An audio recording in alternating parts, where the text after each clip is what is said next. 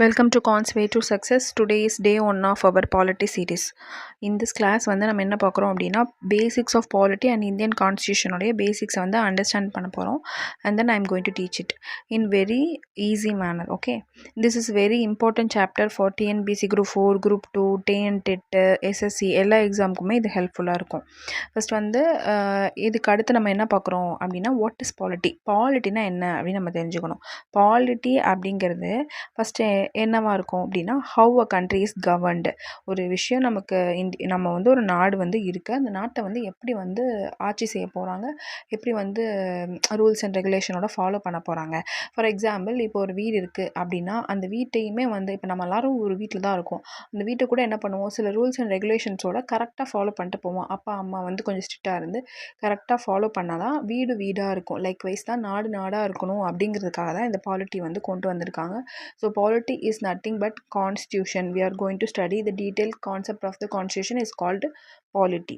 So how the இது என்ன எதை வச்சு வருது அப்படின்னா how the government works, government சிஸ்டம்லாம் எப்படி ஒர்க் பண்ணுது, என்னென்ன ரூல்ஸ் எல்லாமே ஃபாலோ பண்ணுறாங்க, வாட் பவர் தே ஹேவ், அது என்னென்ன பவர்ஸ் அவங்களுக்கு இருக்குது, என்னென்ன ரைட்ஸ், நமக்கு என்னெல்லாம் உரிமை இருக்குது, சிட்டிசன்ஸ் ஆஸ் அ சிட்டிசன் நம்ம என்னெல்லாம் பண்ணிக்கலாம், என்னெல்லாம் பண்ணக்கூடாது, அது எல்லாமே நமக்கு என்ன தான் வந்து எக்ஸ்பிளைன் பண்ணுது அப்படின்னா பாலிட்டி. அப்போ பாலிட்டி இஸ் பேசிக்கலி அது system of government and rules of governance, அதுதான் வந்து பாலிட்டி. ஸோ இப்போ பாலிட்டி அப்படின்னா உங்களுக்கு இப்போ ஈஸியாக புரிஞ்சிருக்கணும். பாலிட்டினா என்ன, system of government.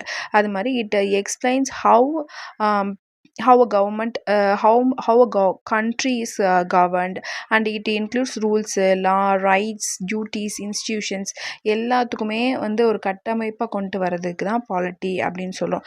In India we studied Indian பாலிட்டியோட structure, power, function and then of the கவர்மெண்ட்டோடைய எல்லாமே படிக்கிறது தான் வந்து பாலிட்டி. ஓகேங்களா? ஓகே, நெக்ஸ்ட்டு வந்து why should we study polity. Polity வந்து இதுக்கு படிக்கிறோம் அப்படின்னா many students think polity is tough, நம்மலாம் டஃப்பான சப்ஜெக்ட் அப்படின்னு நினைப்போம். ஆனால் அது அப்படி கிடையாது. But it is actually logical. நம்மளுடைய டே டு டே லைஃப்க்கு polity is very much important. எப்படி நம்ம நாடு இயங்குது, என்னென்ன சட்டம்லாம் இருக்குது, இதெல்லாமே நம்ம தெரிஞ்சுக்கணும் அப்படின்னா பாலிட்டி நமக்கு ஒரு பேசிக்காக நம்மளுடைய லைஃபுக்கு தேவை தான். அப்போ தான் நம்ம வந்து ஒரு ரூல்ஸ் அண்ட் ரெகுலேஷன்ஸ் இதுதான் இருக்குது, நாட்டில் இப்படி தான் நடக்கும் அப்படின்னு நம்ம வந்து பர்ஃபெக்டாக பேச முடியும். So polity is very much important. ஓகேவா? இதில் என்ன பாலிட்டி வந்து எதுக்கு ஹெல்ப் பண்ணுது அண்டர்ஸ்டாண்ட் பண்ணால் how the Indian government function ஆகுது, என்ன ரைட்ஸ் எல்லாம் இருக்குது, என்னென்ன டியூட்டிஸ்லாம் நம்ம ஃபாலோ பண்ணணும், எப்படி லா வந்து கொண்டு வராங்க, எலெக்ஷன்ஸ் எல்லாம் எப்படி கண்டக்ட் பண்ணுறாங்க, இந்த மாதிரி சில விஷயங்கள்லாம் நம்ம வந்து தெரிஞ்சுக்கிறதுக்கு தான் பாலிட்டி வந்து படிக்கிறோம். ஸோ ஏன் நம்ம எக்ஸாம்ஸ்க்கு பாலிட்டிங்கிற சப்ஜெக்ட் இருக்குது அப்படின்னா improves awareness as a responsible of citizen. நம்ம சிட்டிசனாக நம்ம வந்து என்ன பண்ணுறோம், சிட்டிசனாக நமக்கு வந்து என்ன வந்து நமக்கு வந்து இருக்குது, என்னென்ன ரைட்ஸ் இருக்குது, என்னென்ன rules and regulation we should follow, இது எல்லாமே இது பண்ணுறதுக்காக தான் நம்ம வந்து என்ன பண்ணுறோம் அப்படின்னா சிட்டிசன்ஷிப் இதை பற்றி தெரிஞ்சுக்கணும், எல்லாத்தையும் பற்றி தெரிஞ்சுக்கணும் அப்படிங்கிறதுக்காக தான் பாலிட்டியை நம்ம படிக்கிறோம். So help to understand rights, duties, constitution, democracy இதை பற்றிலாம் தெரிஞ்சுக்கணுங்கிறதுக்காக தான் நம்ம வந்து பாலிட்டி வந்து படிக்கிறோம். ஸோ இப்போ வந்து நம்ம இப்போ 3 ஸ்லைடு பார்த்துருக்கோம். இதில் என்ன பாலிட்டினா என்ன அப்படின்னு கொண்டு வந்திருக்கோம். இப்போ பாலிட்டினா என்ன, பாலிட்டிக்ஸ்னால் என்னன்னு ஒரு கன்ஃபியூஷன் வரும். பாலிட்டினா என்ன, polity is a structure of government, laws and institutions, constitution and then parliament, judiciary இதெல்லாம் வச்சு பேசுகிறது தான் பாலிட்டி. அப்போ பாலிட்டிக்ஸ்னால் என்ன, பாலிட்டிக்ஸ்னால் என்னென்னா ஆக்டிவிட்டீஸ் ஆஃப் பொலிட்டிக்கல் பார்ட்டிஸ். இப்போ நம்ம வந்து ஆட்சி செய்கிறாங்கல்ல, அவங்க அந்த பொலிட்டிக்கல் பார்ட்டிஸ்குள்ளே நடக்கிற விஷயங்கள் எல்லாமே பாலிட்டிக்ஸ்குள்ளே வந்துடும். லைக் எலெக்ஷன் கூட பாலிட்டிக்ஸ்குள்ளே வந்துடும். அதே மாதிரி கவர்மெண்ட்டோட பாலிசிஸ் எல்லாமே, நான் இந்த திட்டம் கொண்டு வரேன், அந்த திட்டம் கொண்டு வரேன், நான் இதெல்லாம் ஓட்டு போட்டிங்கன்னா நான் ஜெயிச்சேன்னா இதெல்லாம் கொண்டு வருவேன், அதெல்லாம் கொண்டு வருவேன்னு சொல்கிறது எல்லாமே பாலிட்டிக்ஸ்குள்ளே வந்துடும். அப்போ பாலிட்டி வேறு, பாலிட்டிக்ஸ் வேறு. ஓகேங்களா? அது வந்து ஈஸியாக நம்ம புரிஞ்சுக்கணும். So next is source of Indian Constitution. Indian Constitution is mainly come from Constitution of India. இப்போ Constitution of India வந்து டிராஃப்டிங் கமிட்டி போட்டு எல்லாருமே சேர்ந்து பண்ணுறாங்க. அதெல்லாமே இனி அடுத்தடுத்த கிளாஸில் பார்க்க போகிறோம். ஸோ இப்போ நம்ம முதல்ல polity, what is mean by polity, constitution எதுக்கு யூஸ் ஆகுது அப்படிங்கிறத நம்ம பார்த்துட்டு இருக்கோம். அப்போ கான்ஸ்டியூஷன் ஆஃப் இந்தியாங்கிறது வந்து நமக்கு எப்படி வந்திருக்கு அப்படின்னு பார்த்தீங்கன்னா 1 minute. எப்படி வந்திருக்கு அப்படின்னா கான்ஸ்டியூஷன் ஆஃப் இந்தியாவிலேருந்து வந்திருக்கு. சில பார்லிமெண்டரி லாஸ் இப்போ நம்மளுக்கு பாலிட்டி வந்து கான்ஸ்டியூஷனுங்கிறது வந்து கான்ஸ்டியூஷன் ரிட்டர்ன் பண்ணப்போ இருக்கிற மாதிரிலாம் இப்போ கிடையாது. அதுக்கப்புறம் நிறைய லாஸ் வந்திருக்கு, நிறைய அமெண்ட்மெண்ட் போட்டு நிறைய சட்டத்தை திருத்தியிருக்காங்க. அமெண்ட்மெண்ட்னா சட்ட திருத்தம், நிறைய சட்ட திருத்தங்கள் கொண்டு வந்திருக்காங்க, நிறைய விஷயங்கள் மாற்றிருக்காங்க, நிறைய விஷயங்கள் கொண்டு வந்திருக்காங்க. அப்போ இதுதான் வந்து இப்படி தான் நம்மளோட இந்தியன் கான்ஸ்டியூஷன் வந்து வருது. அந்த மாதிரி சுப்ரீம் கோர்ட் ஜட்மெண்ட் ஒவ்வொரு ஜட்மெண்ட்லேயும் கூட இதை வந்து மாற்றி எழுத முடியும். இப்போ ஜட்ஜ்மெண்ட்டை வந்து சட்டத்தை மாற்றி எழுத முடியாட்டாலும் இதை விட கடுமையான சட்டம் கொண்டு வரணும் அப்படின்னு நம்ம வந்து ரெக்வஸ்ட் வைப்பாங்க. ஸோ இந்த மாதிரி விஷயங்கள் எல்லாமே பண்ணி தான் நிறையா மாற்றங்கள் கொண்டு வந்து இப்போ நிறையா நம்மளுக்கு சட்டத்தில் வந்து சேர்ந்துருக்கு. ஸோ வந்து அடுத்து வந்து சில விஷயங்களெல்லாம் நம்ம கான்ஸ்டியூஷன் மேக் பண்ணும்போது என்ன பண்ணியிருக்கோம்னா இன்டர்நேஷ்னல் இன்ஃப்ளூயன்ஸ்னு சொல்லிட்டு நிறையா விஷயங்களை வந்து நம்ம எடுத்துகிட்டு வந்து வச்சுருக்கோம். எங்கே வச்சுருக்கோம் அப்படின்னா நம்ம கான்ஸ்டியூஷனில் வச்சுருக்கோம். ஃபார் எக்ஸாம்பிள் இப்போ யூஎஸ்லேருந்து சில இது எடுத்திருப்போம், யூகேலேருந்து சில இது எடுத்திருப்போம், அயர்லாண்ட்லேருந்து சில இது எடுத்திருப்போம். ஸோ இந்த மாதிரி சில விஷயங்களெல்லாம் எடுத்துகிட்டு கொண்டு வந்து நம்ம வந்து வச்சுருக்கோம். அதுதான் வந்து நம்ம constitution make are the source of Indian polity நம்ம சொல்லலாம். ஸோ சோர்ஸ் ஆஃப் இந்தியன் பாலிட்டிங்கிற டாப்பிக்கில் அது ஒரு டாப்பிக்கே இருக்குது நமக்கு. எதில் இருக்குன்னா சிலபஸில் இருக்குது. அதில் என்னென்னலாம் வரும்னா நம்ம எந்தெந்த கண்ட்ரிலேருந்து என்னென்னலாம் எடுத்திருக்கோம், எங்கெங்கேருந்து நமக்கு என்னென்ன கிடச்சிருக்கு அப்படிங்கிறத படிக்கிறது தான் source of Indian polity. But still இங்கே வந்து சம் இன்ட்ரடக்ஷன் மட்டும்தான் நம்ம இப்போ கொடுத்துருக்கோம். ஓகே, நெக்ஸ்ட் வந்து இந்தியன் கான்ஸ்டியூஷனில் ஓவரால் வீவ் அப்படின்னு பார்த்தோன்னா இது ஒரு லாங்கஸ்ட் ரிட்டன் கான்ஸ்டியூஷன் இந்த வேர்ல்டு. இந்தியாவோட கான்ஸ்டியூஷன் தான் உலகத்திலேயே ரொம்ப அதிகமாக எழுதின ஒரு லாங்கஸ்ட் ரிட்டன் காப்பி அப்படின்னு சொன்னாங்க. அது ஒரு கான்ஸ்டியூஷன் இந்த வேர்ல்டுன்னு சொன்னாங்க. இது எப்போ நம்ம அடாப்ட் பண்ணிக்கிட்டோம் அப்படின்னா 26 நவம்பர் 1949 வந்து நம்ம இதை அடாப்ட் பண்ணிக்கிட்டோம். ரீசன்ட் டேஸில் பார்த்தீங்கன்னா நம்மளுக்கு இப்போ நவம்பர் 26 இப்போ தானே முடிஞ்சு. ஸோ அது வந்து என்ன அப்படின்னா தட் இஸ் கால்ட் கான்ஸ்டியூஷன் டே அப்படின்னு நம்ம சொல்கிறோம். ஸோ கான்ஸ்டியூஷன் டே வந்து பென் ஒழுங்காக ரிட்டர்ன் ஆக மாட்டேங்குது. சரி, ஓகே, நான் வாயில் சொல்லிடுறேன், நோட் பண்ணிக்கோங்க. கான்ஸ்டியூஷன் டேன்னு நம்ம சொல்லுவோம். எதை சொல்லுவோம் அப்படின்னா நவம்பர் 26 கான்ஸ்டியூஷன் டேயை நம்ம செலிப்ரேட் பண்ணுறோம்.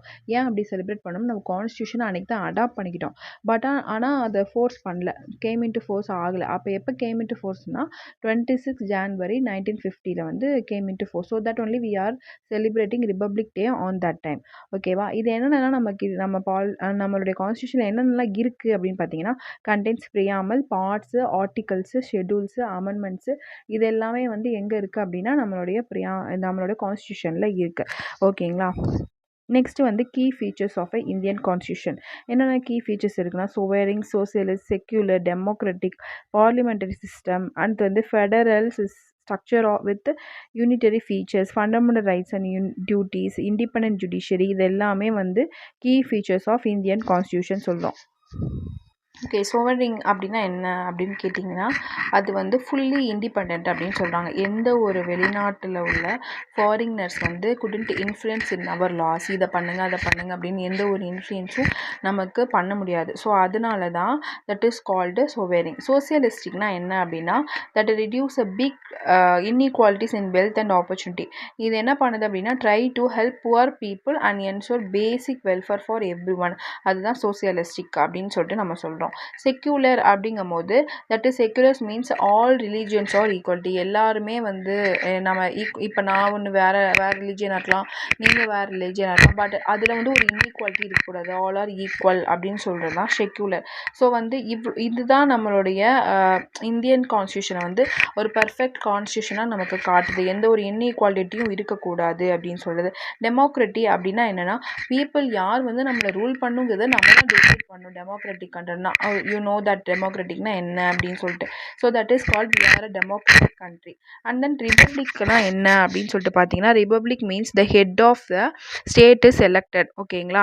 Not a monarchy. அப்படின்னா என்னென்னா ஒரு முடியாட்சி மாதிரி ஒவ்வொரு ஆள் வந்து நம்மளுக்கு வந்து பண்ணிகிட்டே இருக்க மாட்டாங்க. அப்போ ஒரு பிரசிடென்ட் இருக்காங்கன்னா அவங்க பிள்ளை அப்படின்லாம் ஆட்சி பண்ணாமல் நம்ம வந்து அதில் வந்து ஒரு சிலரை வந்து செலக்ட் பண்ணுறோம். அவங்க ஒரு ஆளை செலக்ட் பண்ணி நமக்கு பிரசிடெண்ட்டாக போடுவாங்க. ஸோ ரிபப்ளிக்னா இதுதான் நமக்கு ரிபப்ளிக். ஸோ வந்து பார்லிமெண்ட்ரி சிஸ்டம்ஸ் இருக்குது. இது எல்லாமே டீட்டெயிலாக நம்ம இன்னும் நெக்ஸ்ட் கிளாஸில் பார்க்கலாம். பட் ஆனால் பேசிக்காக சோவரிங்னா என்ன, சோசியலிஸ்ட், செக்யூலர், டெமோக்ராட்டிக், ரிபப்ளிக், இதெல்லாம் வந்து கன்ஃபார்மாக ப்ரியாமல்ல ஆர்டராக கொடுத்துருப்பாங்கல்ல. ஸோ பார்த்தீங்கன்னா என்னன்னு நம்ம தெரிஞ்சுக்கலாம். ஸோ இந்த important field in polity important field என்னென்ன இருக்குது அப்படின்னு பார்த்தீங்கன்னா constitution, preamble, fundamental rights, directive principles of state policy, parliament, president, PM, councils of minister, supreme court, high court, state government, local government, amendment, elections. இது எல்லாமே நம்ம இனி போக போக கிளாஸில் வந்து டீப்பாக ஃபுல்லாக வந்து பார்ப்போம். ஆனால் இது எல்லாமே வந்து ரொம்ப ரொம்ப இம்பார்ட்டன்ட். அது போக நமக்கு வந்து ரைட் ஆஃப் இன்ஃபர்மேஷன், அதுக்கப்புறம் வந்துட்டு human rights, consumer protection act, அந்த மாதிரி சில டாபிக்ஸ் எல்லாமே இருக்குது. பட் ஸ்டில் இது எல்லாமே ரொம்ப இம்பார்ட்டண்ட்டான டாபிக். ஸோ வந்து ஃபைனலாக கன்க்ளூஷனுக்கு வந்துட்டோம். இந்தியன் பாலிட்டிங்கிறது வந்து ஒரு டிஃபிகல்ட்டான ஒரு சப்ஜெக்ட் கிடையாது. இது ரொம்ப லாஜிக்கலாகவும் இன்ட்ரெஸ்டிங்காகவும் இருக்க போது. அது மாதிரி இம்பார்ட்டன்ட் எதுக்கு இம்பார்ட்டன்ட்னா எக்ஸாமுக்கு இது இம்பார்ட்டன்ட். இது தெரிஞ்சால் மோஸ்ட்லி நிறைய இடத்துல நம்ம இதை வந்து அப்ளை பண்ணிக்கலாம். இது அது மாதிரி நியூஸ் பார்க்கும்போதே உங்களுக்கு ரிலேட் பண்ணிக்க முடியும்.